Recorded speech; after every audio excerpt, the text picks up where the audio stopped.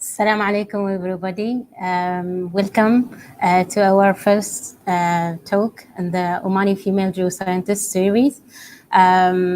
This is an initiative from the Geological Society of Oman, and the whole idea is actually to recognize some of the females geoscientists in Oman who had contributed to the geosciences development and improvement of many disciplines in Oman, and also to enhance and encourage the networking between Omani geoscientist females, and also hopefully help accelerating the career development of specialists, the younger professionals.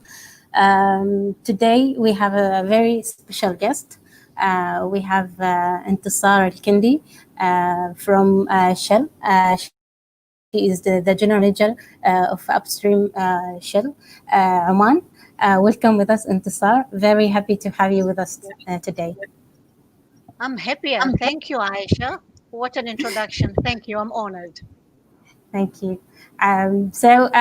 Today's session will be a kind of a very informal chat between myself and Intissar, and I have a few questions that I would like to ask you, just to share your experience with the rest of us.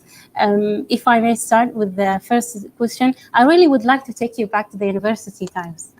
I believe you have a bachelor degree from the US and a master degree from the United Kingdom. Being one of the earliest Omanis females who went abroad, studied, how was it like being there, experiencing two new cultures? Oh boy, you're taking me back very, very many years back. So, على ليت الشباب يعودوا يوما. Yeah, those were the days when if somebody could go back, you would not recognize the current environment. I landed in Oman, as you said, after graduating from Imperial College, and you enter PDO and it's a completely different organization. It is, at the time, it was exploration specifically. I would say it was the opposite. It was 80% expatriates, and you will find Omani here and there. But on the technical level, there was hardly a handful of them. So it was a completely different landscape. And I remember my first interview. So I was called in by a DMD at the time, and I remember him asking me, so which department they placed you? And I said, exploration. And he goes, oh, we don't have any oil and gas to discover anymore. You just wasted years studying oil and gas. And I remember kind of like, what is he saying? But anyway, so those were the days. And yeah, I was a junior geologist, working with the gurus and the, basically almost treated like a TA rather than a geologist. So I was asked to kind of like deliver a paper here and go and scan this, not scan, but fax. And yeah, those were the days. It was very hard to land on that landscape. Yeah, indeed. But if I may also go to the second question, which is really, I really want to know the answer. In one of the interviews you have done with GeoExpro magazine in 2013, you said, and I'm quoting here, when I first joined PDO, there were not many Omanis in the company. I was given the opportunity to learn and develop my skills rapidly. Indeed. But there must have been something very unique about Intissar. You went into two cross-posting, one in Aberdeen and another one in London. In the early 90s, you worked in the exploration, as you said, as a portfolio analyst, and then you joined the exploration government gas team, and then you you became the Exploration North Oman Oil Team Lead. And all of that has happened in only 6 or 8 years. What did you do? How did you do that? Believe me, Aisha, I am not unique in any sense. However, I truly believe um, we are all born with specific gifts, and it's just about of acknowledging those gifts. We are, if you're going to call me unique, we are all unique, and I just managed to use the gift that I had. And it took me a while actually, because I remember being asked this question in many DNI conferences, you know, what makes you unique? And I would stumble because I didn't know what was unique about me. But then once I became a junior and then a senior leader, I came to realize I am unique in a sense that I say it as it is. What you see is what you get. There is no hidden agenda about me. And I got on this place because life happened to me. You know, when I joined PDO, first of all, a background about myself. I am number 8 out of 10 siblings. So constantly, as I was growing up, I had to fight for a voice. You know, there are 5 sisters above me, and I'm the last one in terms of sisters. So to get your voice across was very difficult. You were dismissed constantly. So it started within the family that, hang on a second, nobody's listening to me, and speaking louder doesn't help. So I had to kind of like learn the skills of being heard. And the second stage of it came when I started to work. And it was a combination of my life at that moment. And I was going through a hardship. So I always say during the weakness and the turmoil, and when you are at the abyss and you don't know what to do, actually that's the moment of strength, because nothing else matter. You keep on saying it as it is, you know, nothing, nobody matters, nobody. So it was the ability to speak my mind at times when people were not used to having a person who speaks her mind, while it came to me automatic because of, just as I said, my upbringing, having to have the yearn to be heard, and at the same time the you know, the frustration of life that make you feel, what the heck, I'm going to say it as it is, you know. And that's what I did, and without realizing that the leaders at the time were going, whoa, this woman is I don't want to say intimidating us, but they took it as a positive. Because when I said it took me a while to realize, is because when I became a leader, I started to appreciate people who speak their mind, even if they're telling me stuff that I don't like. But it was that I am actually shaking everybody to say it as it is, even if you're going to upset anyone. I didn't care about career, I didn't care about anything. And the more I realized that people valued my what I had to say, the more I rose. Does that answer your question? Yeah, it does. It does. Um, it's really very good. But I think it's important for all of us as a female to have that statement, that strong statement. Whenever you have something, not only in the career path, even with when in our social communication, that when you have a strong statement that you really believe in, you have to say it. I really appreciate that from you, Intissar, saying that from you. If I may take you now in 2009, Shell, Jordan. So you had completely new chapter. You went to Jordan. You have a new challenge. Can you tell us more about it? About that chapter? Yeah. All these chapters have been wonderful in my life, and I have zero regret in any of them, although some chapters were harder than the others. But some chapters were pure serendipity, in a sense that I already have been into a cross posting, actually, London, Aberdeen, and then when I came back, I never ever for a fraction of a second thought that, this is it, khalas, I built my house, I want to settle. And it happened so suddenly. So the way it happened is, at the time, the exploration director, it was after lunch, he just walked into my office and he goes, do you have a moment? I said, yeah. He says, how mobile are you? And I said, what do you mean? He goes, well, how mobile are you? Are you willing to go to another cross posting? And I was like, where is that coming from? And I thought it was a joke. I really thought. And he said, there is an outfit in Houston who are trying to set up a venture from scratch in Jordan, and it was an oil shale venture, and they're looking for a geologist. At that time, I think it was a job group 1, and it's got to be an Arabic speaker. Because the government of Jordan dictated so that they can communicate with them, but they also wanted somebody with a subsurface background, and they looked throughout their global I don't know, the skills that they had, and they reached to me matching that profile. And they just called, I remember Martin at the time, and said, could you please ask her, because she fulfills all what we are looking at.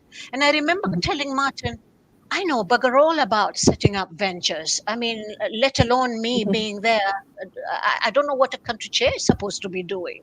And he goes, oh, don't mind about that. We just want to hear a yes or no from you. And I said, I remember asking him, do you think I can do it? And he goes, yeah. And I said, okay, then go and tell them I can do it.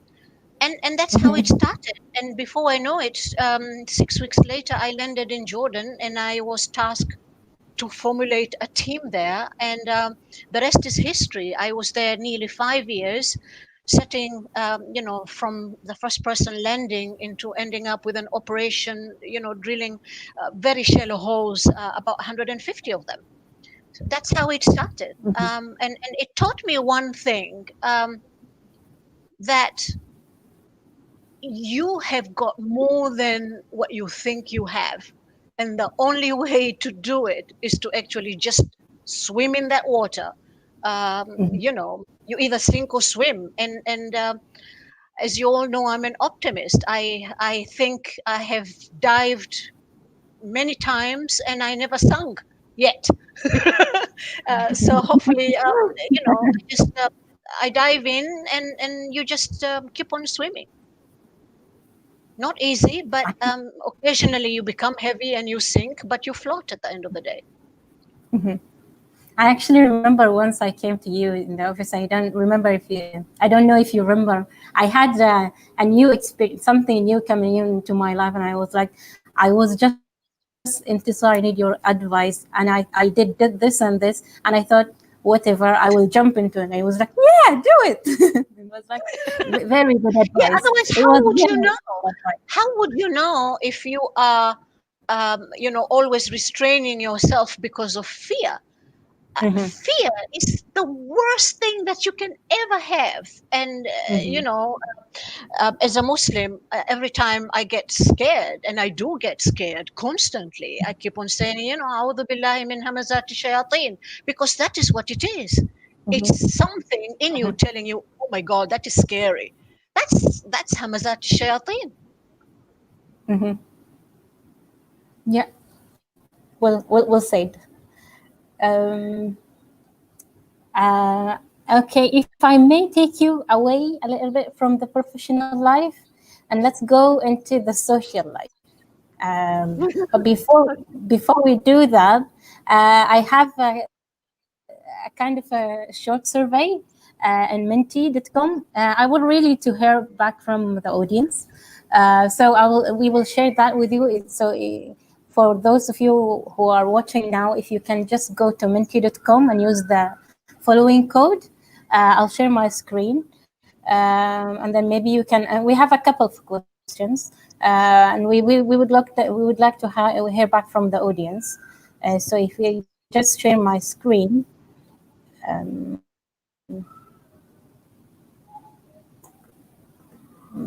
share screen.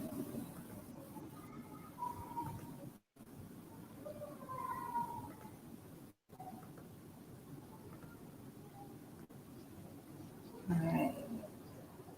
I hope you can see it now, yeah? So if I just go to Minty, open.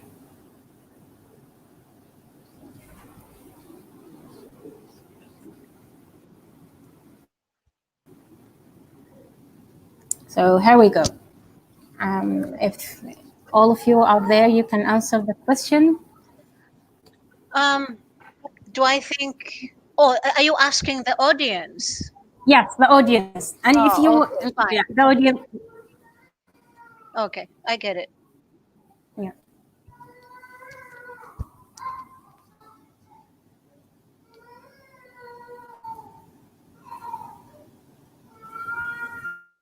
I'll just give you guys 1 minute to answer this. So let me know when you want me to comment. All right.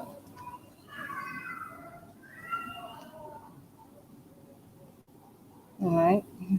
That's interesting.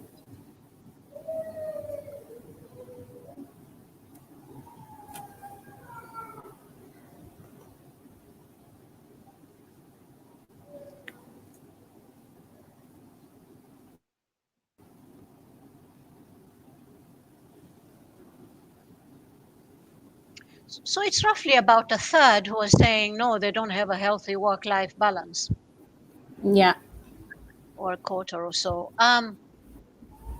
For those who said they don't have a healthy work-life balance, listen to me. It's not worth it. It's not worth it. Once Yeah, that's you actually find, what I wanted you to comment on. yeah, What do you think about these it's not results? worth it because if you're saying you don't have control of your life, and if you don't have control your life, and you're allowing others to control your life, what does that say about you? That's how I look at it. Even Mm-hmm. now with my stressful job, comes 5 o'clock, I am sorry, I am switching it off, Mm-hmm. because if I stop working, Shell is not going to collapse, or if you stop working, PDO is going to continue to produce with or without you. But guess what? If your health is affected, who is going to drop dead? You. So all I'm saying is it's not worth it. Now, having said that, the reality is, there will be spots within a week or a month where you will have to like increase your energy a notch. I don't mind, working over hours once a week, even twice a week. That's okay, so long as it's not a persistent, persistent pattern. Because if it's persistent, then it's not the fault of organization; it's the fault of you having Mm-hmm. control, and Mm-hmm. secondly, not being able to draw boundaries in your life. So I'm happy to coach anybody on this subject because it's really an important one. If you can't draw boundaries in your It life, is. you've got a serious problem going forward in life. Well said, Intissar. I really support you on that. Although I'm trying very hard to keep that balance. Sometimes it's very hard. I have to admit that. But you've got to keep trying and make. Whenever you have a new stage in your life, you have changes, major changes coming in your life. You have eventually to make that balance. Health comes first, as they say. Uh, so if I move to the next question, so for those who answered no, what do you think are the things that make you lacking a balance between work and a personal life? And I would really like to hear back from you and to start commenting on those reasons. Mhm. Or do you want me to answer this one, or you are asking the audience? No, I'm sorry. I'm asking the audience, but Okay. I want your Let me know feedback when you want to about the hear from answer. me. Yeah. All right.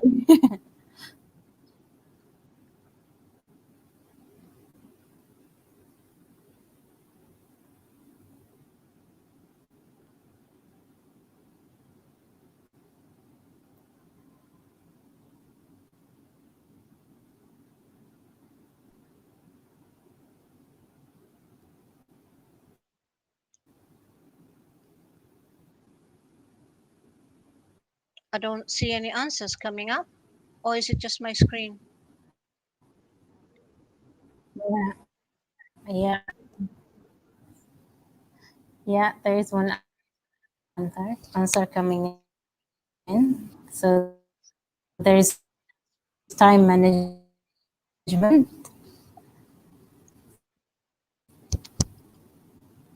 If you may comment on that in the start, until we get more answers. Sorry, did you say you want me to comment?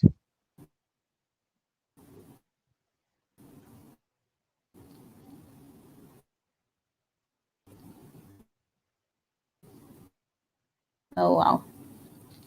So we have deadlines. We have time management. We have other responsibilities. Maybe, but Yeah. I can see time management is a common thing. Hmm. Look, work-life balance Intisar? is not something. Yeah. Can you hear me? Yeah. Yes. Now I can hear you. Okay. So what I was going to say is, work-life balance is a very well known issue, and especially amongst the youngsters or the new mothers, or who are just about kind of like climbing that ladder in their career. That it's pretty normal to be overwhelmed at the beginning. One thing I can tell you is it does get better, but it doesn't get better by itself that one morning you're going to wake up and you're going to have that work life balance. You've got first to be aware and acknowledge that you've got a work life balance, be it a time management or whatever. When I was going, I've been there. I remember having to go home as a junior seismic interpreter, and I had, three toddlers waiting for me at home. And this was like arriving at 5 o'clock, checking up in the car, and go somewhere to have a quality time with them. So I've been there, done that. I'm not saying the problem is not there. What I'm saying is, first of all, it's going to get better.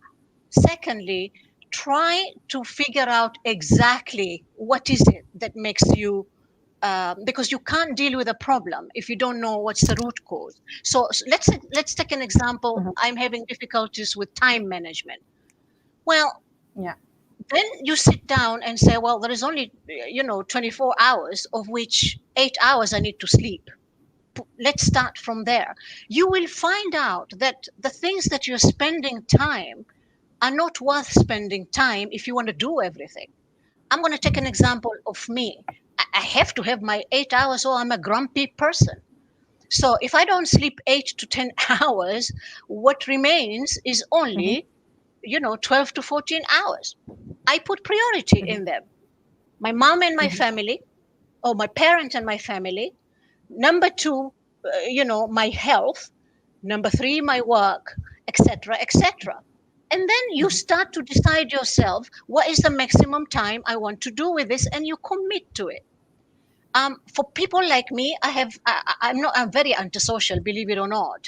So I don't allow time for that. Forget it. No weddings for me. No, I'm not gonna kind of like sit there and waste 1 hour of doing hair and whatever for something that I don't enjoy.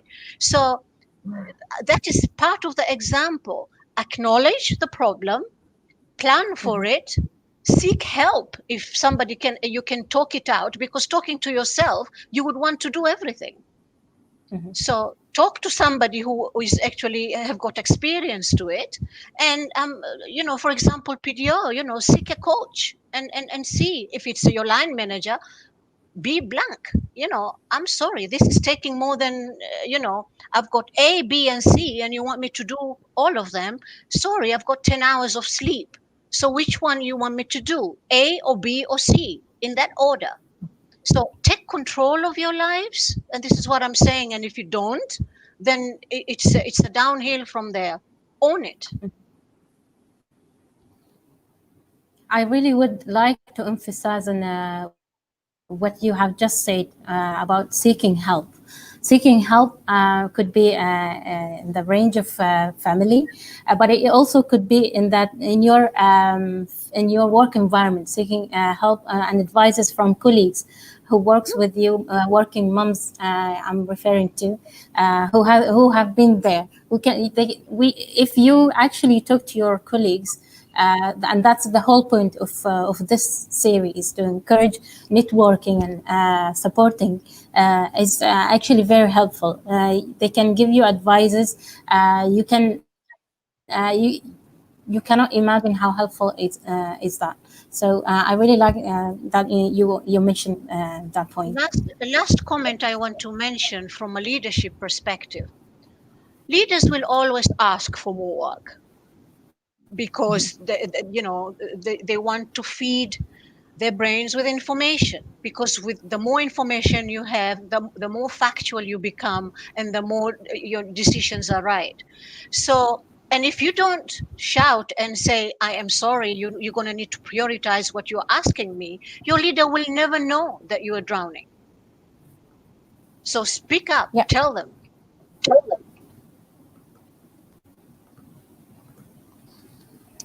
Very good. I'm happy. I'm really happy that we have this communications, and I wish just that we can engage more with the audience but that will be at the end of the session. There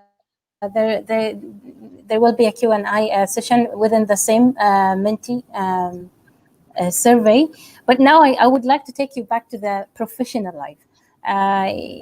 So if I just ask about the next phase of your career was being the Exploration Directorate. That was another big achievement for you as an Omani woman, because you are the only female Exploration Directorate in Oman. So my question is actually, what difference did Intissar brought to the Exploration Directorate and PDO? The one thing I'm very proud of is trying to create a mindset of value rather than volume. I remember arriving in 2011 in exploration, and it was like a beehive, everybody working on these prospects, and um, the technical success was pretty high. Yeah, it was like within the region of 60, 70. That's a pretty high technical success, and I'm talking about drilling, obviously, drilling success. But then when you ask about commercial success, it was at the rock bottom. And and the assets were not paying attention to exploration. And I started asking my director's colleague, it's like, so what do you think of exploration? And I got statements like, nobody knows what they're doing, or nobody, it's a company within a company, they live in their own world. And that was shocking to me. And so I started this journey of telling my management, if this thing doesn't deliver value, if the well doesn't pay for itself within a year, yeah, then we haven't been successful. I am not. So this mindset of let's book, it was a volume driven organization, and I managed to turn it into a value driven organization. And year by year, the assets started to acknowledge that. And it's like, whoa, we are getting the goodies from exploration. Let's go and visit them. And for those of you who come from PDO, you can see the curve was going higher and higher and higher in terms of we're doing, we were not driven by, filling in the volumes that were required. So it was about profitable exploration, not about just volume, in the middle of the land of Juju somewhere where nobody can develop them, or, very difficult oil that nobody wanted from the asset. So basically, profitable exploration is what I brought within the last 10 years before I retired. Did you find it hard to I know you had a lot of experience working abroad while you were doing the cross posting, but being the first exploration manager within having many other male managers working with you in the exploration, how was it like at the start? No, I didn't. That wasn't my problem, Awash. I don't see myself as a female geologist. I'm sorry to say that. I just look at myself as a professional. I Yeah. don't go to a meeting thinking, "Oh my God, I'm a female," and no. Again, maybe it's a combination of upbringing and having to fight for my voice. But anywhere I go, and trust me, I have been in events where there are 1,000 men and I'm the only woman there. I've been there, done that. But so long as in your head you do not do these things because you are a female, there shouldn't be any other feeling other than I'm a professional and I'm going to show my challenge is to showcase my professionalism rather than my challenge is to showcase a female explorer or whatever it is. Yes, it's good to have a female network, but I always keep on saying in many forums, women don't need empowerment. Come on, ladies. Women do not need empowerment. Sultan, Allah yarhamu, realized that from day one. He gave it to us, saying, celebrate your achievement on this day. Yeah? So what we need is supporting each other. Because, like it or not, about what I'm going to say, in my career, I noticed men support each other more than women. And sorry, the other way around. Men don't support each other compared to what am I saying? Men support each other more than women. Women would find reasonable reason why I shouldn't be dealing with lady A or lady B, while male just I have to agree with that. Hey buddy, can I do this with you? Yeah, sure, let's go for a coffee. But women form these cliques and they put this unrealistic I don't know what to call it, for the lack of a better word, jidar, that it is us and it is them and these are the ladies of that and these are the, instead of um, supporting each other and hold each other's hands. And that is what pulls women behind. The day they realize we are in this as a team, you don't need to hear any more women empowerment. Never, ever. And the only people who can actually solve the issue of D&I are the women themselves. This is not about leadership. This is not about anything else. I totally agree with that, especially here in Oman. As you said, since I started my career, we were empowered from the beginning. There is no issue with that. We just need to work more into networking, sharing more experiences, supporting each other, helping each other to develop faster in our careers and even in personal lives. Indeed. That's the whole idea. Yeah, so true. I think I have one more last questions, and I will leave the floor for the rest to ask their questions. You retired in 2019 from PDO. You were offered a new position by Shell Oman, and you accepted it as a general manager upstream and deputy country chair. Can I ask you why?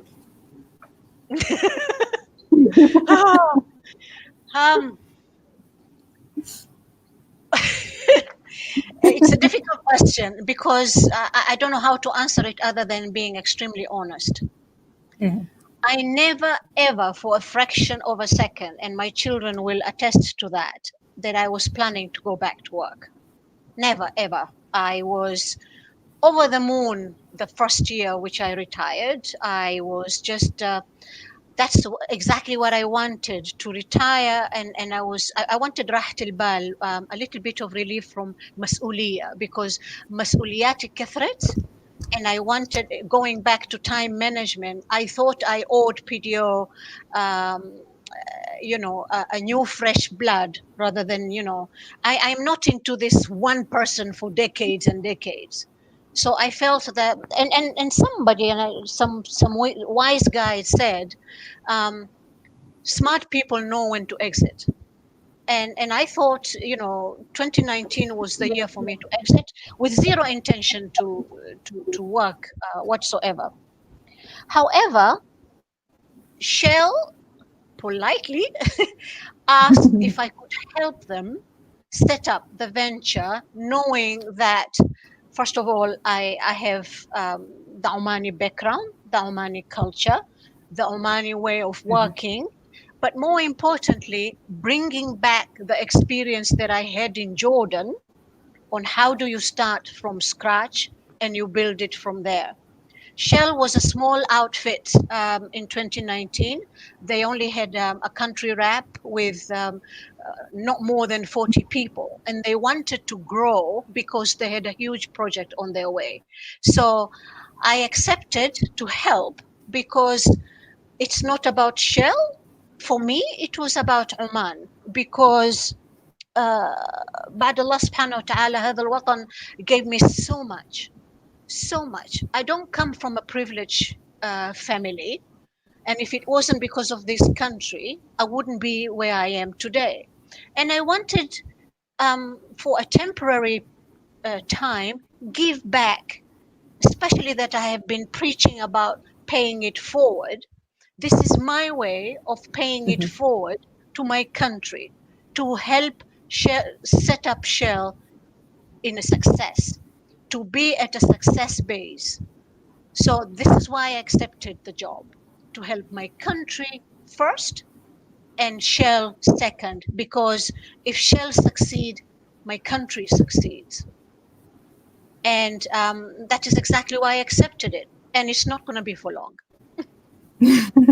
When they are stable and they're walking on their feet again, I am really into injecting new blood in everything that we do, be it leadership or anything else. So when I feel like they are ready not to have me, I will step back and resume my retirement.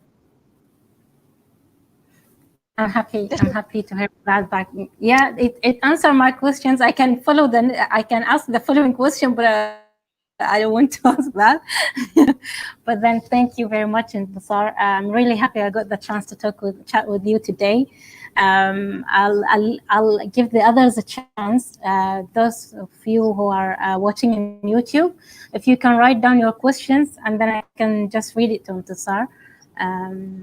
She will be. I believe she will be very happy to answer the questions. Or if you don't have YouTube channel, you can go back to the Menti questionnaire, and then the last question is about. You can put your questions there, and I will read it out loud. Thank you, Azza. You mean there are people behind this listening to me? I can't see them. We are not alone. I hope so. But you've been a very, very good dialogue, Aisha. Thank you for that. Thank you. I'm very happy.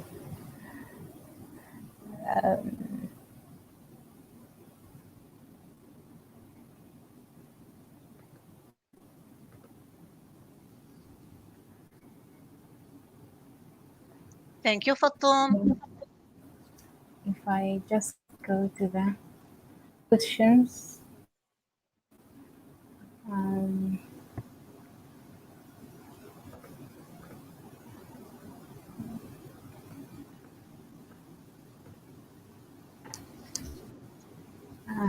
I'll just wait for a couple of minutes. All right, I can see there is a question from Maria Salim. She says, actually, Maria Blue, she is asked first, so I will read that question. She says, what advice do you give for fresh juniors, especially in PDO?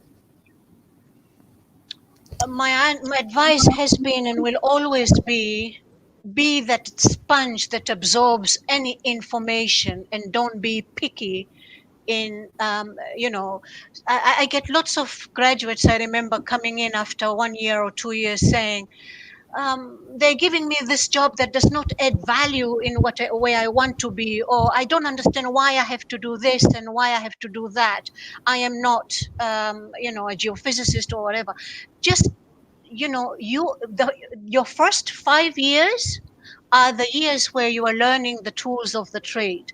Anything that gets dropped at your table adds value, be it a personal growth or a professional growth. Both of them add value to you as you go. As I said, I remember I would go for a week not being given anything useful to do other than filling in a spreadsheet when I joined. And then I realized, wow, that's when I earned how to manipulate spreadsheets. So your first 5 years are absolutely crucial into learning the tools of your trade. Do not pick and choose. Everything adds value. That would be my fresh joiners advice. Thank you, Intisar, for that answer. I'll move to the next question from Maria Salan. She says, when did you know you want to be in a leadership? I never wanted to be a leader. I found myself being a leader, but it's not so much when did I know I wanted to be a leader, more of when did I know I wanted to make a difference. And the only way actually to make a difference is to become a leader, if you know what I mean. And I knew it very early on when I joined Exploration in 1990. And as I said, the landscape was just expatriates. And with all my respect, they bring in an enormous amount of knowledge. But the alarm bells in my head were, hang on a second, this cannot be real. This cannot be true. We live in Oman. It's our Shiryan al-Balad PDO. I wanted to have a voice to turn it into an Omani company, an Omani exploration. And I remember having my moments of speaking up again. And then I realized, going through my career, the only way you can change things is to actually be in the seat of that person who is empowered to change. So I thrived for that.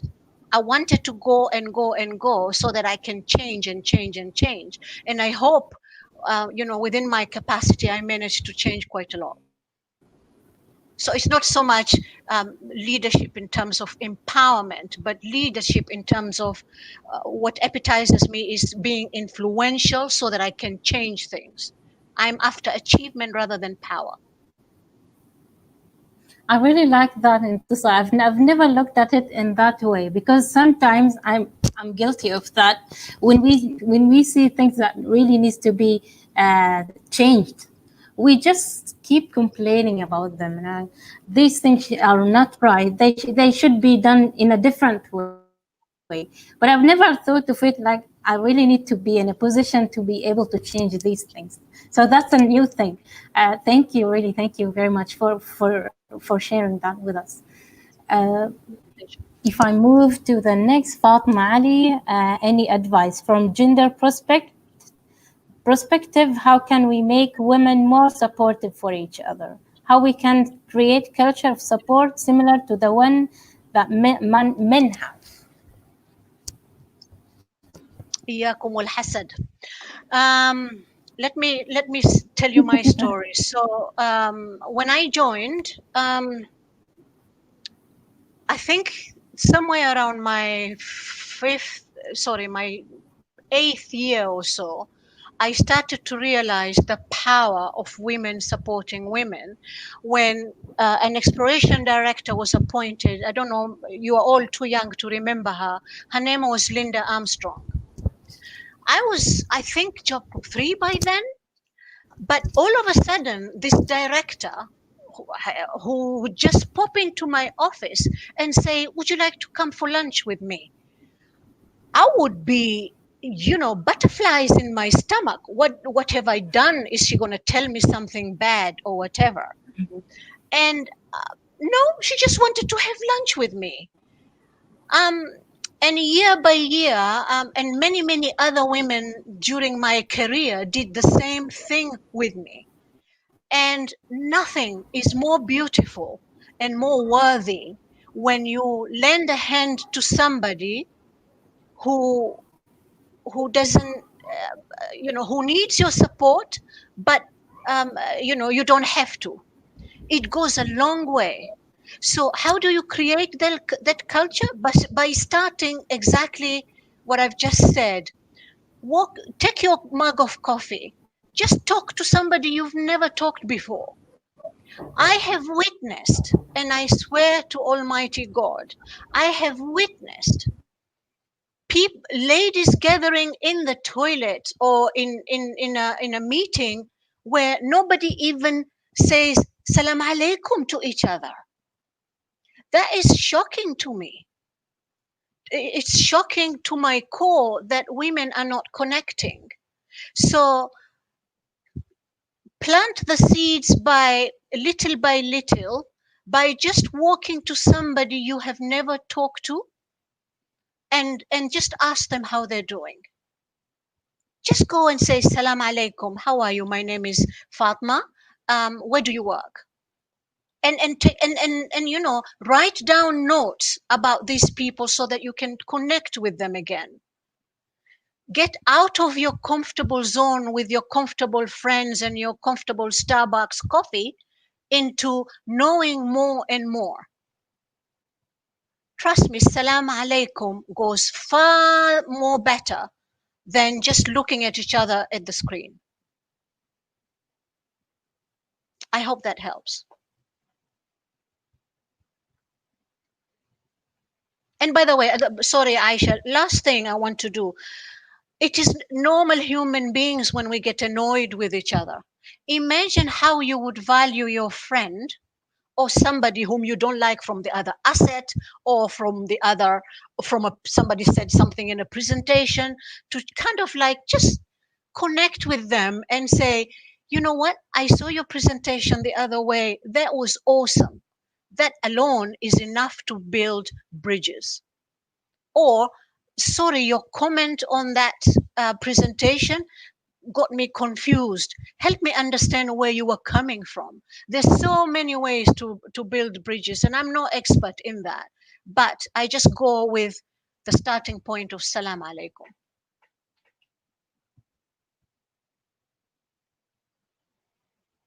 Over to you, Aisha.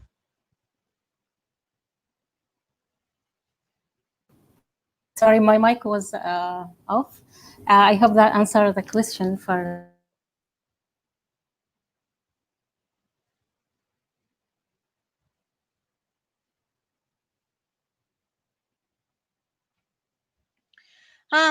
What is the future of hydrocarbon exploration in Oman? There is another question from Aisha Belushi, who asks, what is your secret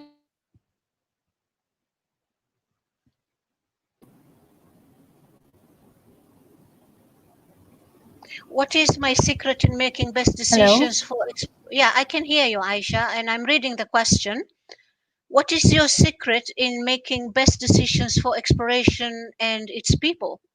I wonder if the audience can hear me, because I lost Aisha, so I may just wait for Aisha to come back.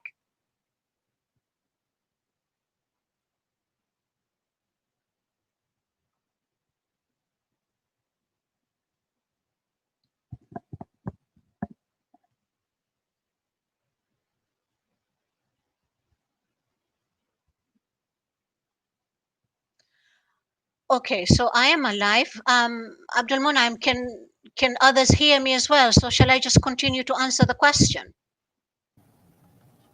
Oh, here we go. We've got Aisha back. Sorry, there was a mother No call worries, out there. no worries. So I'll continue to answer the question. Um, there is no Yeah. secret. My secret is really simple. It's I cannot claim that I know it all, and therefore I rely on what I call gut feel and common sense. I am a highly intuitive person, and I believe we are all born bil fitra, to trust our intuition. If something doesn't smell good, trust me, it's not good. No matter, what's that English say? You're not going to put a lipstick on a pig and make it look pretty. So I trusted my intuition by making the right decision when I felt good about it. They were okay, and this strategy has proven um, right for many years. I cannot recall, there were bad decisions in my life, don't get me wrong, but there are very few decisions, and guess what, these were the decisions where I was going against my intuition. So um, short answer, factual plus intuition, and feel good factor, and I just go with it. I don't look at it and turn it into zillion angles to see, how can I make this pretty, even if it's not. If it's not, it's not. Mhm. I have a comment from Fatma. She says, I must say I enjoyed each minute of this interview. I feel I'm not alone and supported and empowered knowing that such an inspiration are out there. Oh, thank you, Fatum.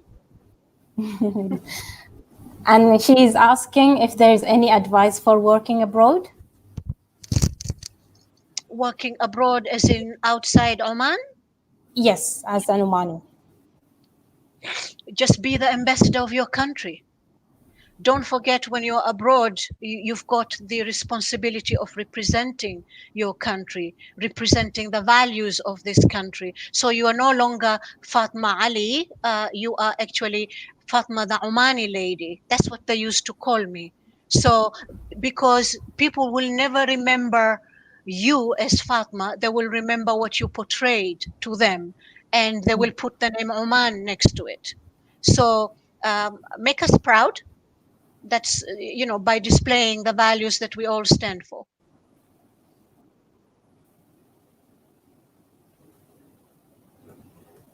Thank you, Intissar. I don't see any other questions coming in, except There was a did I? question, I think.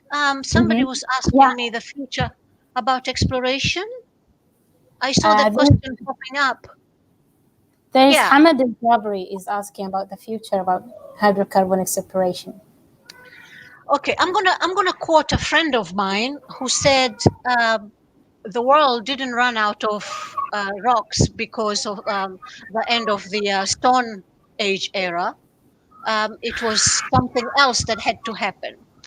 Um, I and The future of um, exploration in Oman is bright as far as I'm concerned. And even if renewable energy and clean energy take stand, it will take, in my mind, a long time, because, and we will never go to a base zero without hydrocarbon exploration.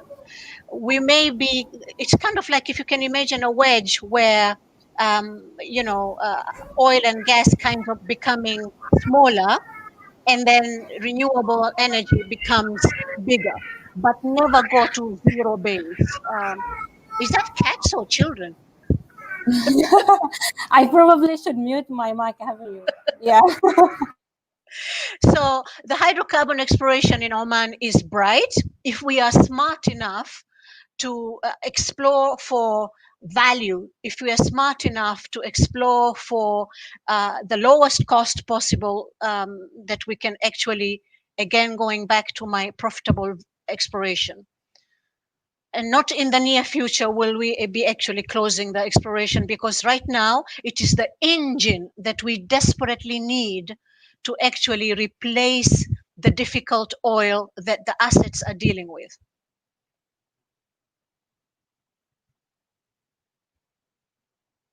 Any other question, Aisha? I don't see other questions. So maybe we can close now. Thank you very much, Intissar, for this enlightening talk and sharing your experience with us. And we really want to engage more with other female geoscientists in the future. Let's make this more often. And then we look forward for all of you ladies watching us now for the upcoming talks in the GSO recognition series. Thank you very much, Intissar. Thank you, everybody, and have a good day. Aisha, first I would like to acknowledge, thank you. That was like a professional interview that for a long time I didn't have it. You've asked relevant questions that actually stimulated my thoughts. And so well done. Thank you, and wishing you all the best with the remaining of your series. Thank you. Thank you. Thank you, All right. Intissar. Bye-bye. Bye.